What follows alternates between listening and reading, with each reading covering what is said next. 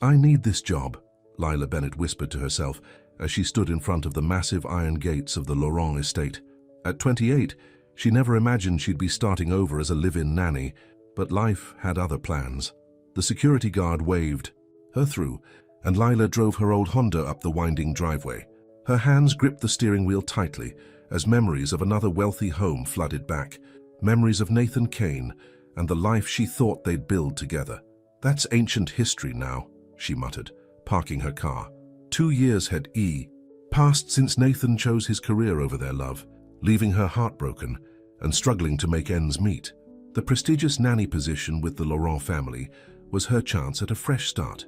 Isabelle Laurent, a striking woman in her mid-30s, opened the front door before Lila could knock. "You must be Miss Bennett," she said, her perfectly manicured hand extended in greeting. "Welcome to our home."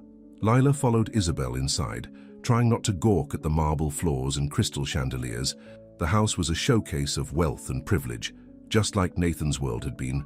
"My children Emma and Jack are upstairs in the playroom," Isabelle explained, leading the way. "They can be a handful, but I'm sure you'll manage. The previous nanny quit without notice, so I'm relieved you could start immediately." The playroom. A door opened to reveal 2 children, Emma, a serious-looking 7-year-old, and Jack, an energetic 4-year-old who was currently trying to build a tower with his blocks.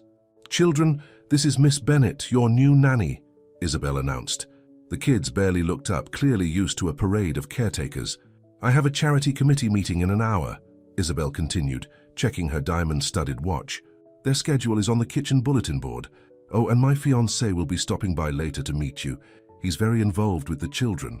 Lila nodded, already focusing on how to connect with her young charges. She didn't ask about the fiancé.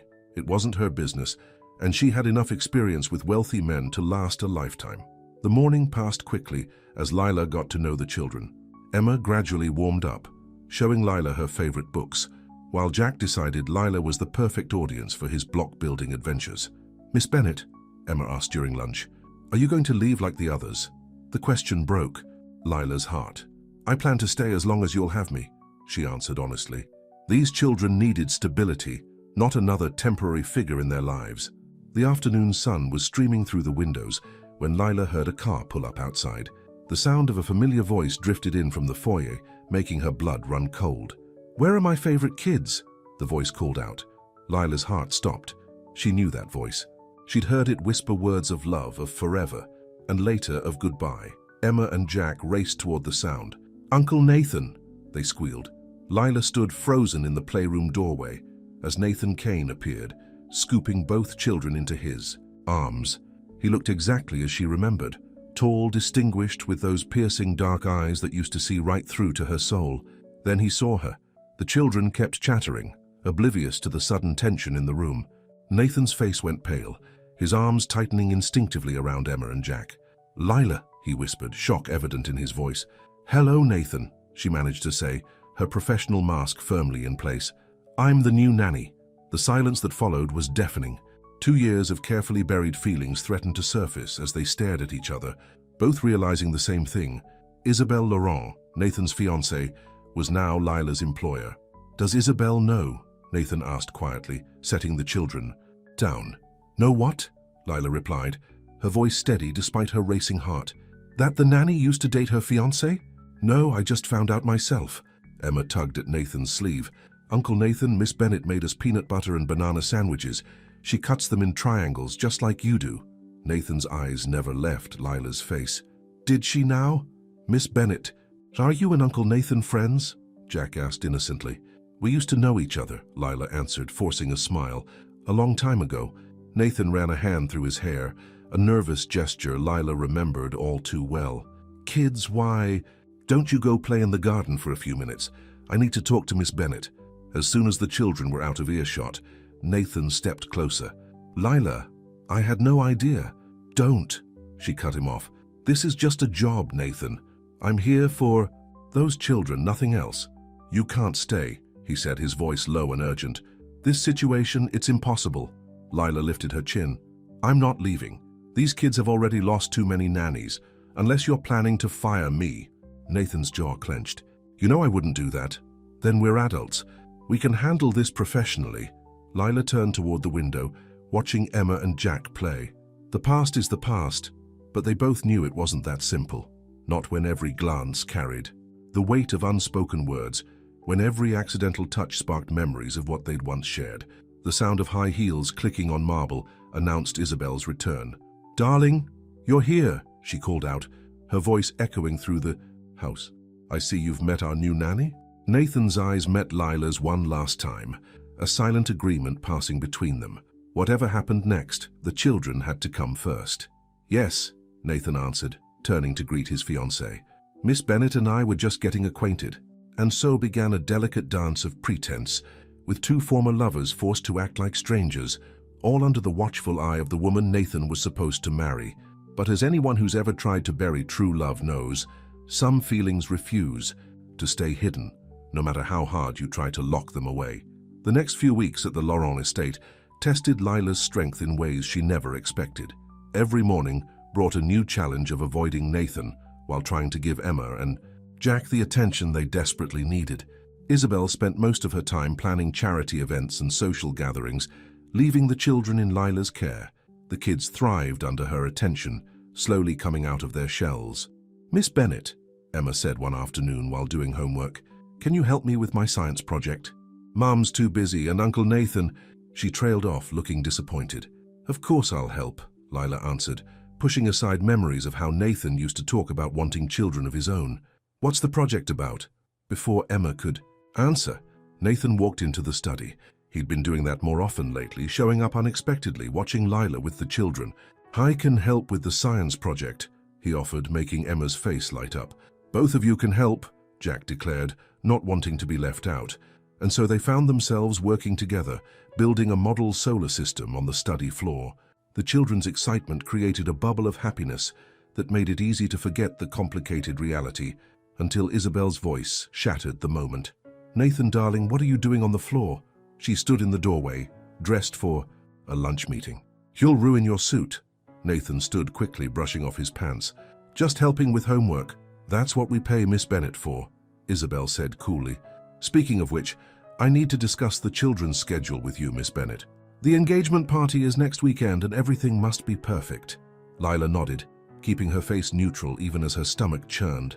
She'd been dreading the engagement party announcement since she started working there. Later that night, after the children were asleep, Lila found herself in the kitchen making tea. She didn't expect Nathan to walk in, his tie loosened, looking tired after a long business dinner with Isabel's friends. "The kids adore you," he said quietly. "They're wonderful children," Lila replied, trying to keep her voice professional. "They just need someone to put them first." "Like you always do," Nathan murmured. "That's what He stopped himself, running a hand through his hair. "That's what makes you such a good nanny." "Nathan," Lila warned. "Don't." I know, but seeing you with them, it reminds me of all the plans we made. Remember that Christmas when we talked about having our own family?" "Stop." Lila's hands shook as she set down her teacup. "You gave up that future when you chose your career over us. You don't get to reminisce now." "I was wrong," Nathan said, taking a step closer. "I've regretted it every day since—" "Is everything all right in here?" They jumped apart at Isabel's voice.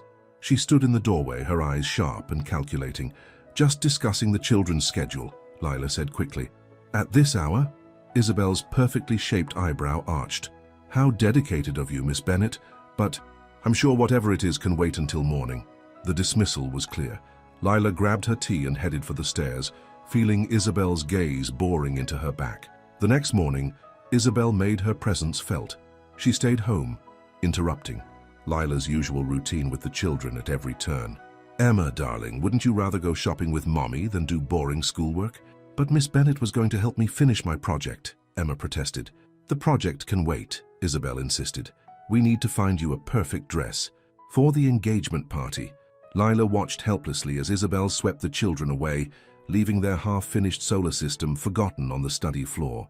When Nathan came by that evening, Isabel made sure to greet him with a passionate kiss right in front of Lila. "Darling, I took the children shopping today. They've missed spending time with me."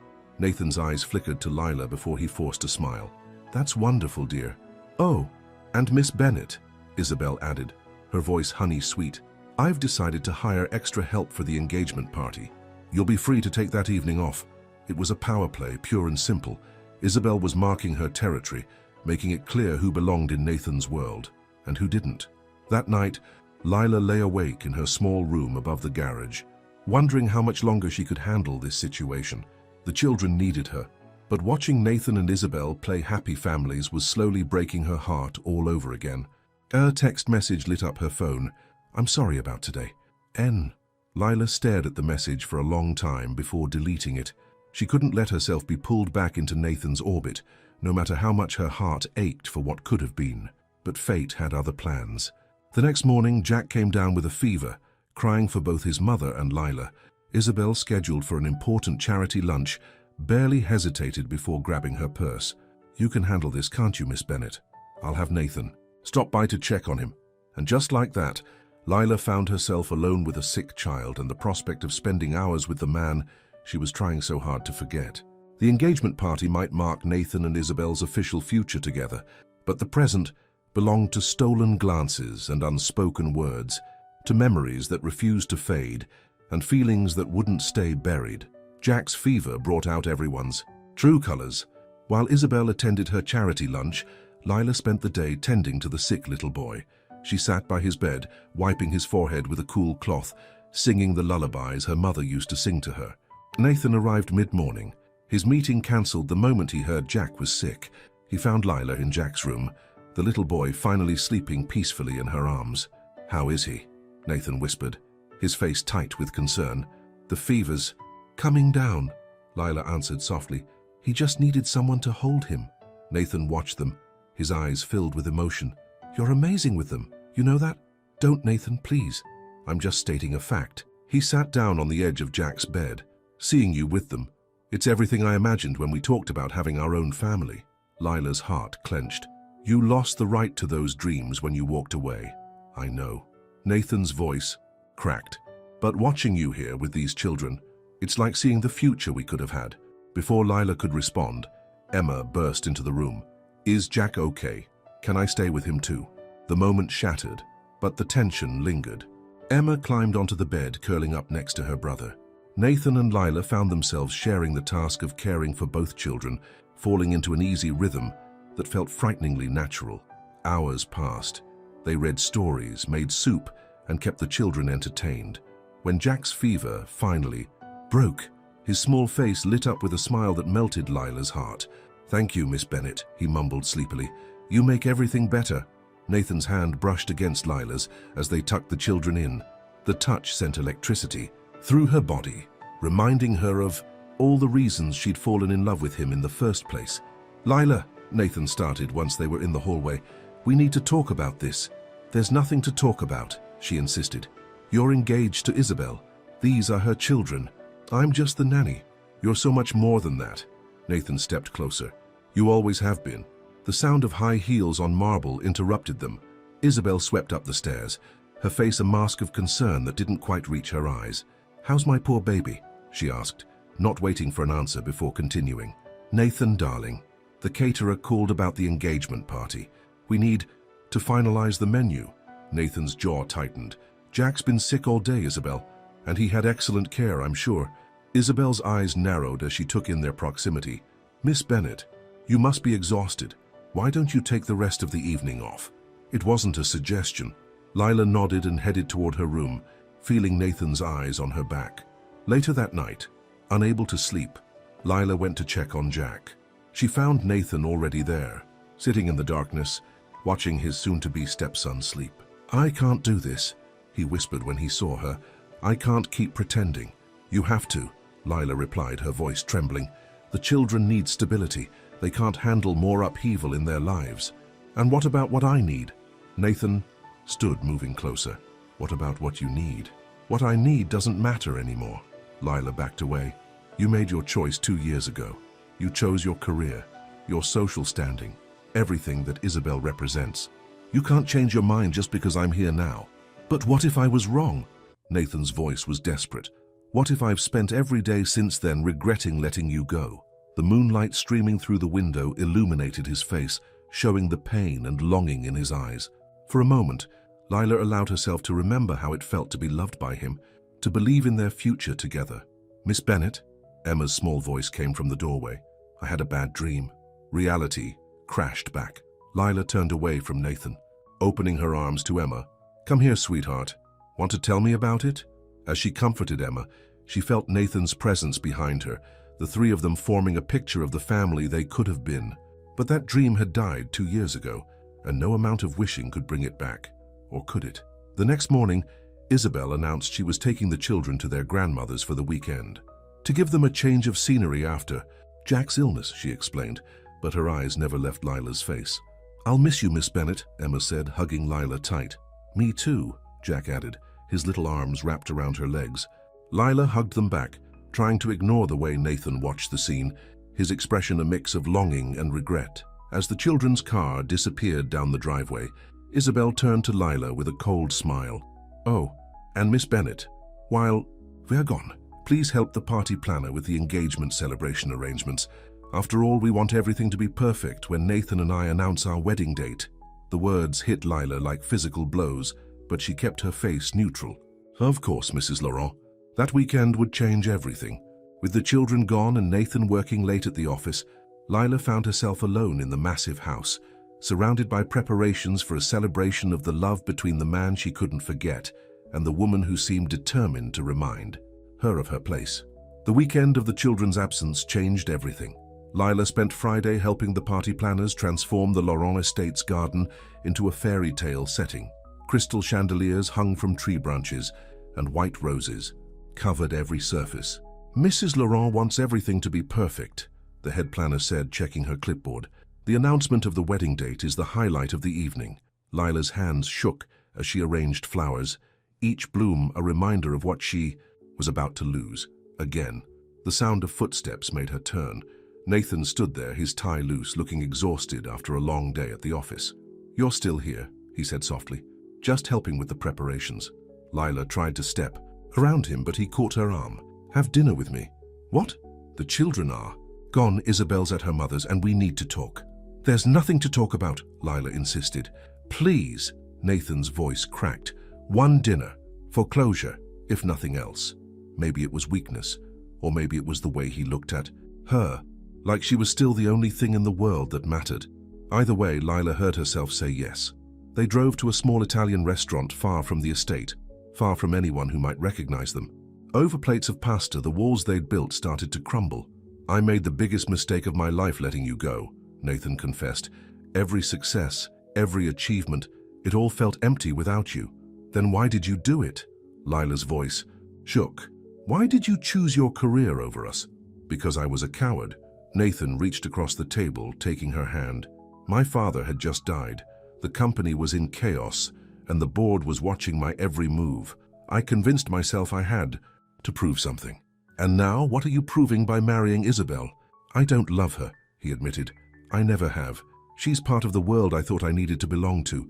But seeing you with the children, watching you bring light and warmth into their lives, it's made me realize what really matters. Tears filled Lila's eyes. It's too late, Nathan. It's not. He squeezed her hand. I can call off the engagement. We can what? Destroy that family? Break those children's hearts? Lila pulled her hand away. Emma and Jack have already lost so much. I won't be the reason their world falls apart again. The drive back to the estate was silent, heavy with unspoken words. But as they pulled up to the garage where Lila's room was, neither of them moved to get out of the car. Do you ever think about that weekend in the Hamptons? Nathan asked suddenly, when we planned our whole future. Nathan, don't. 3 kids, a house by the beach, Sunday morning pancakes. He turned to face her. I still want that future, Lila, with you. Before she could respond, he leaned in and kissed her. All the feelings she'd tried to bury came rushing back. For a moment, she let herself remember, let herself feel everything she'd been denying. Then headlights swept across them. They broke apart as another car pulled into the driveway. Isabel stepped out, her face unreadable in the darkness. Nathan, what a surprise to find you here so late. I was just checking on the party preparations, Nathan said quickly. Of course you were. Isabel's smile didn't reach her eyes. Miss Bennet, I'd like to see you in my study. Now. Lila's heart pounded as she followed Isabel into the house. In the study, Isabel poured herself a glass of wine, taking her time before speaking. Let me be clear, she said finally. Nathan may be having some nostalgic feelings, but he knows where his future lies. With me, with this family, with the life we've planned. Mrs. Laurent, I'm not finished. Isabel's voice turned sharp. You're good with the children, I'll give you that. But you're the help, Miss Bennet. Nothing more. If you can't remember your place, I'll have to find someone who can. The threat hung in the air. Lila thought of Emma and Jack, of how much they'd already lost, of how they were finally starting to trust again. I understand, she said quietly. Good. Isabel smiled coldly. Now about the engagement party tomorrow. I think it's best if you take that time off as previously discussed. In fact, why don't you take the whole weekend? Clear your head, remember your priorities. Lila nodded, fighting back tears as she left the study. In her room, she found a text from Nathan. I meant every word. We can find a way. But as she looked out her window at the garden being transformed for tomorrow's celebration, Lila wondered if some love stories were better left in the past, even if letting go meant breaking your own heart all over again. The day of the engagement party arrived with picture-perfect weather. Lila watched from her window as caterers and decorators swarmed the Laurent estate gardens. She'd packed a small bag, planning to spend the weekend at her friend Sarah's apartment, far from the celebration. Emma found her as she was leaving. Why can't you stay for the party, Miss Bennet? It's not my place, sweetheart. Lila hugged the little girl tight. But I'll see you on Monday. Promise? Before Lila could answer, Isabel appeared. Emma, darling, the hairdresser is waiting. Miss Bennet, I thought you'd left already. I'm going now. Lila squeezed Emma's hand one last time, but fate had other plans. Halfway to Sarah's apartment, Lila's phone rang. It was Jack's grandmother. Jack's fever. Ger's back, she said worriedly. He keeps asking for you. Isabel insists the party must go on, but someone needs to stay with him. Lila turned her car around without hesitation. She found Jack curled up in his bed, cheeks flushed with fever. Miss Bennet, he mumbled. You came back. Of course I did, buddy. She settled beside him, placing a cool cloth on his forehead. The sounds of the party drifted up from the garden. Music, laughter, the clinking of champagne glasses. Lila tried not to think about Nathan down there, about to announce his wedding date to another woman. Hours passed. Jack's fever slowly dropped, as Lila read his favorite stories. Then she heard footsteps in the hallway. How is he? Nathan stood in the doorway, bow tie undone, looking troubled. Better. The fever's breaking. Nathan sat on the edge of Jack's bed, brushing the boy's hair. Fiancée, I couldn't focus on the party, knowing he was sick. Knowing you were up here with him. Nathan! I called off the engagement. The words hung in the air between them. What? Tonight, in front of everyone. Nathan's voice was raw. I couldn't do it, Lila. I couldn't stand there and announce her wedding date when my heart belongs to someone else. The children need love, honesty, and stability, not a marriage built on lies. He moved closer. I love you, Lila. I never stopped. The bedroom door slammed open. Isabel stood there, her designer dress wrinkled, mascara smeared with angry tears. How dare you? She hissed. You humiliated me in front of everyone. Mom? Jack stirred, frightened by her tone. Mrs. Laurent, Lila started. Please, Jack needs rest. You. Isabel's voice dripped venom. This is all your fault. You planned this, didn't you? Wormed your way into my home, seduced my fiancé. That's enough. Nathan's voice was sharp. This isn't Lila's fault. I made this decision because it was right for everyone. Right? Isabel laughed bitterly. You think these children need another woman abandoning them, like their father did? Jack began to cry. Emma appeared in the doorway, tears streaming down her face. Nobody's abandoning anyone, Lila said firmly, gathering both children close. Let's focus on what the children need right now. What they need is their mother, Isabel snapped. And you, Miss Bennet, are fired. Pack your things and get out of my house. No, Emma cried. Please don't make Miss Bennet leave. Mom, I'm scared, Jack whimpered. Isabel's face crumpled, her anger giving way to something more vulnerable. She sank into a chair, suddenly looking lost. I just wanted a perfect family, she whispered. I thought if I did everything right, planned everything perfectly. The children already have a perfect family, Lila said gently. They have a mother who loves them. They don't need a perfect wedding or a society marriage. They just need love and stability. Nathan watched this exchange, his expression softening. Isabel, I'm sorry. I should have been honest sooner.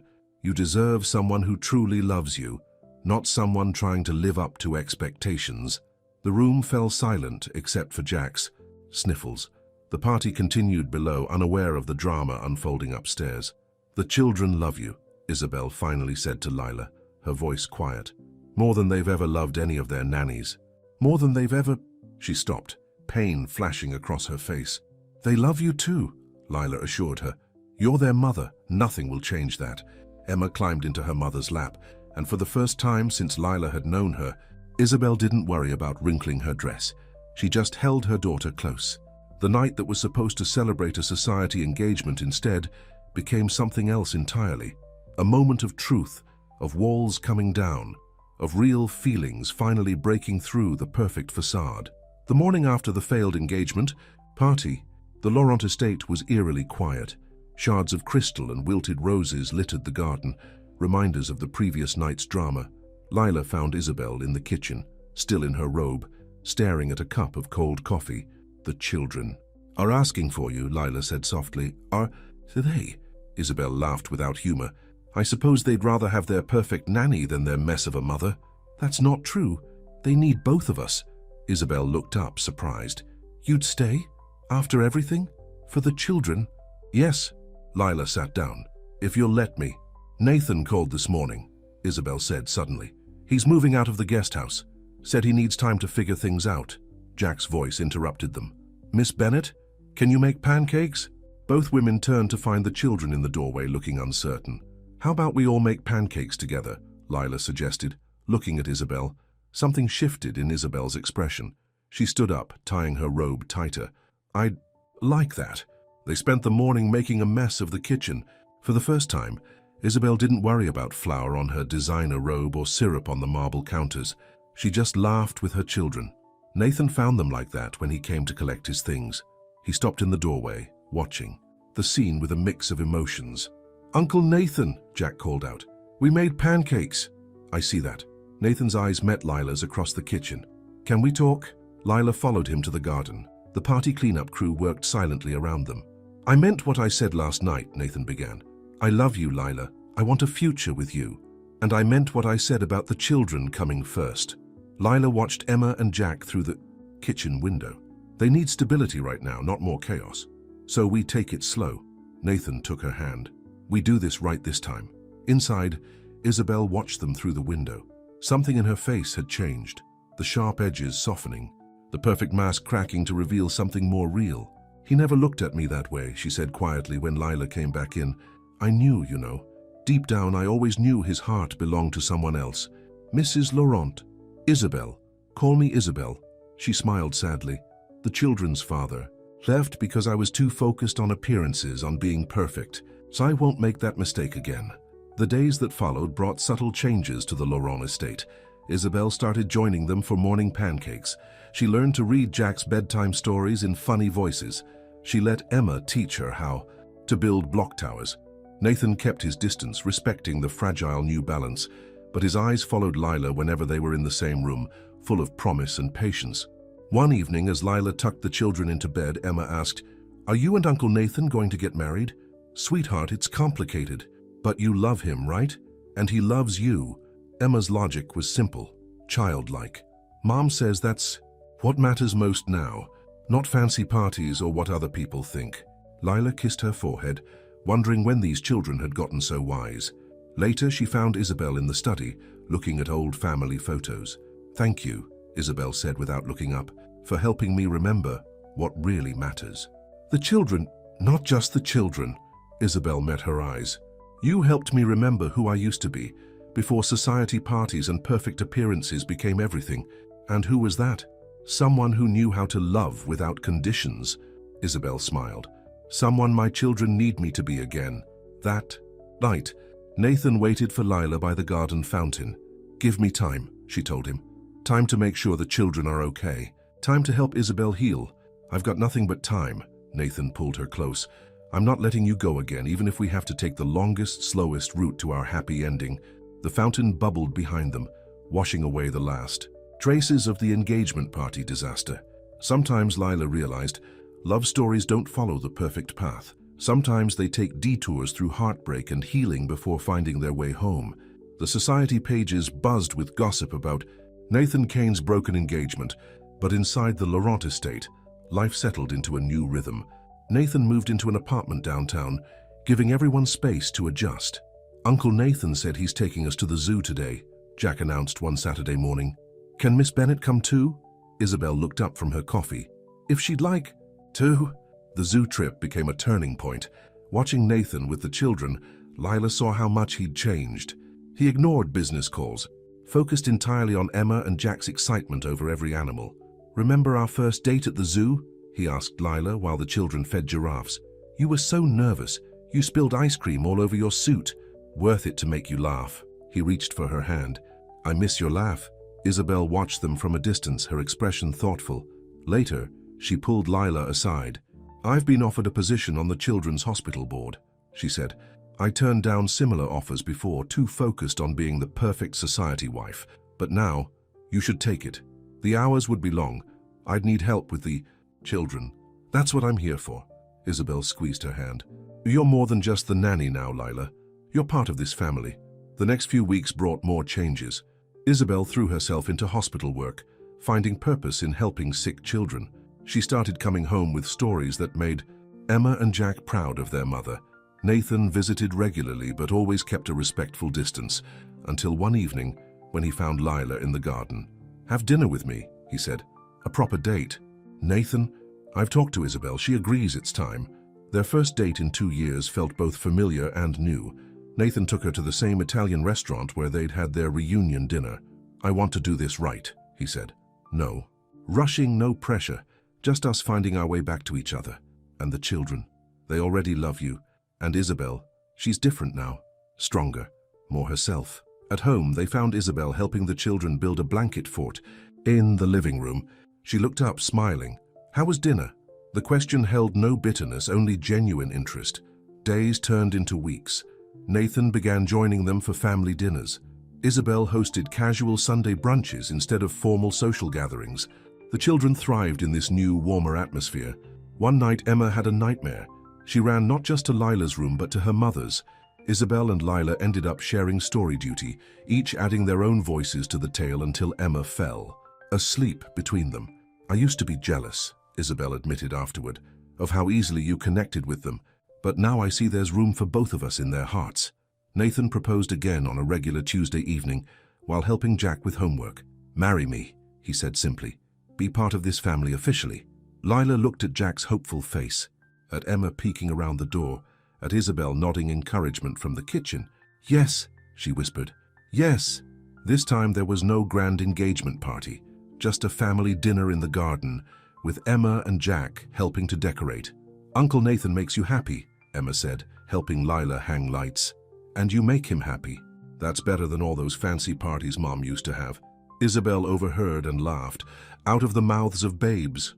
The Laurent estate, once a showcase of perfect appearances, had become something else entirely. A real home, where love didn't need to be perfect to be true. The news of Nathan and Lila's engagement spread quickly through New York's elite social circles.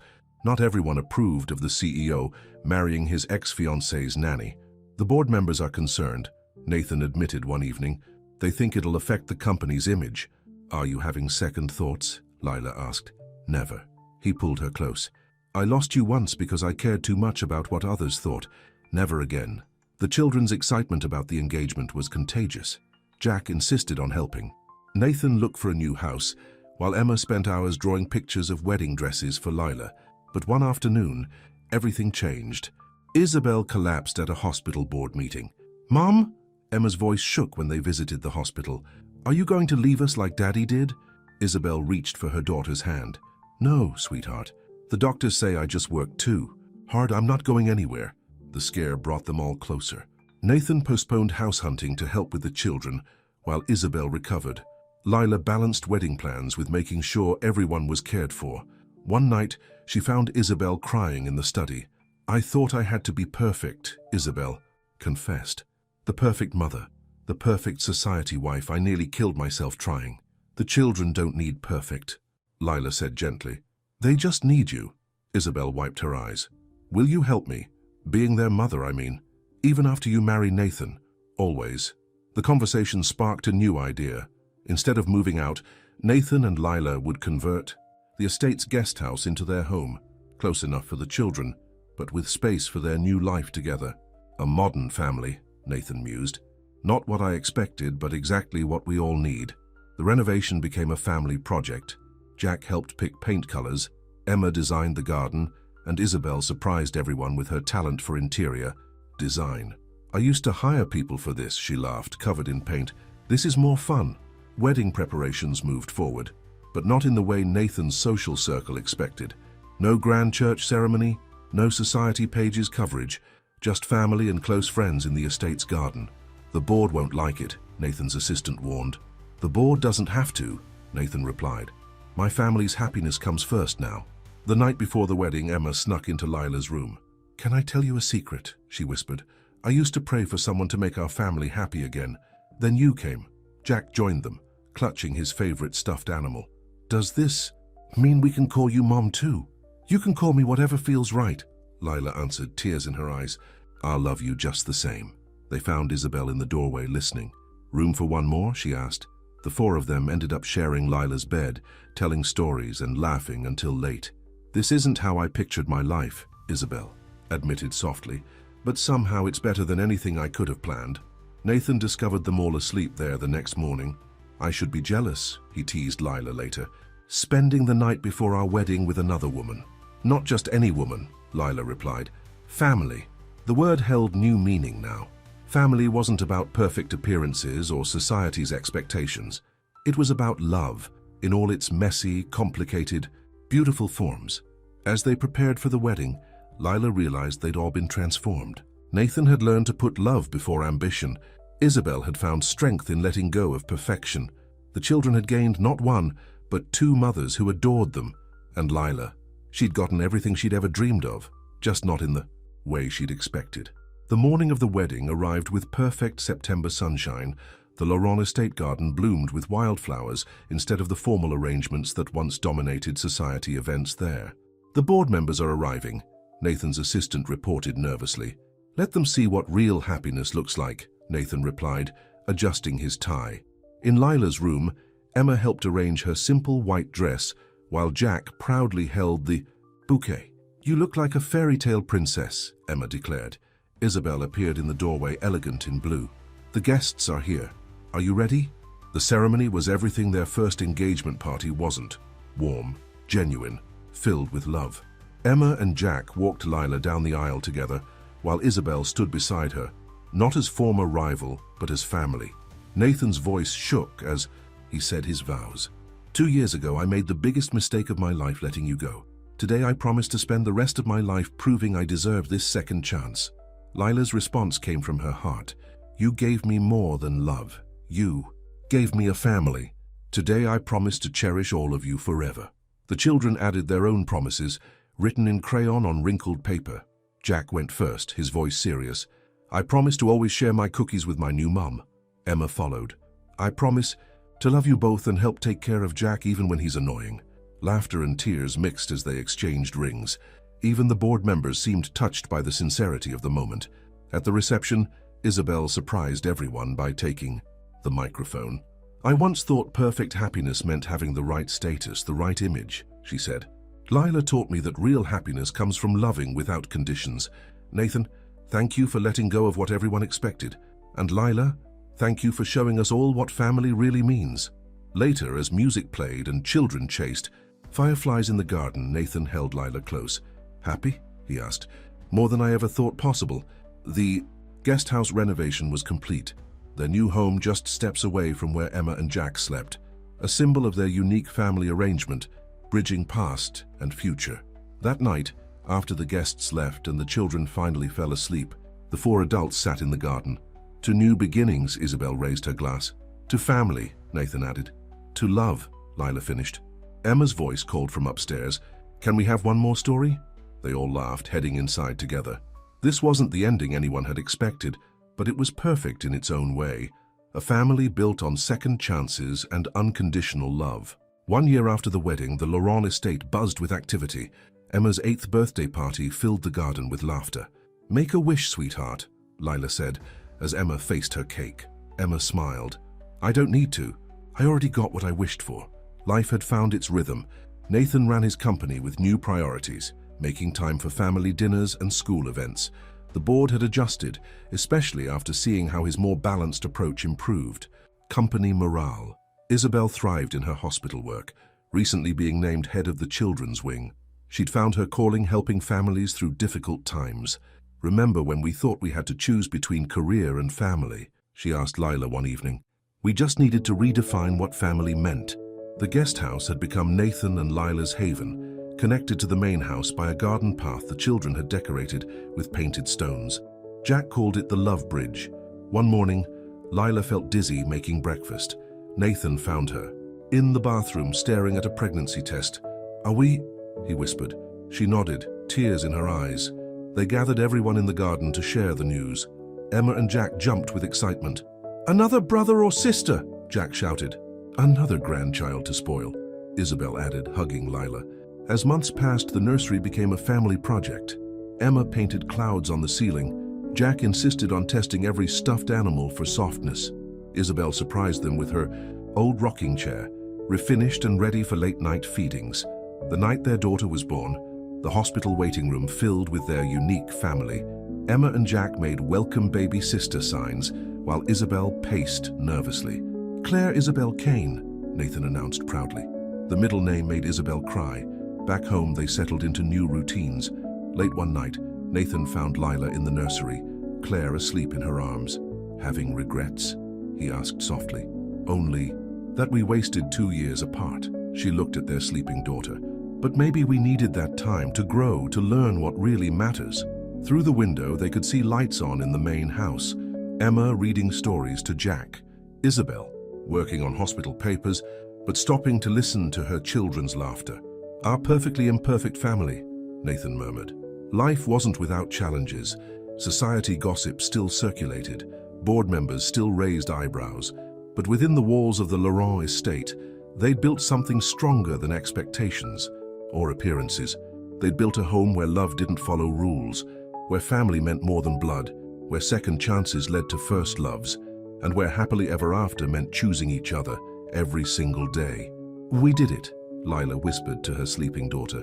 "We found our way home." Outside, the garden where their story had begun bloomed with new life.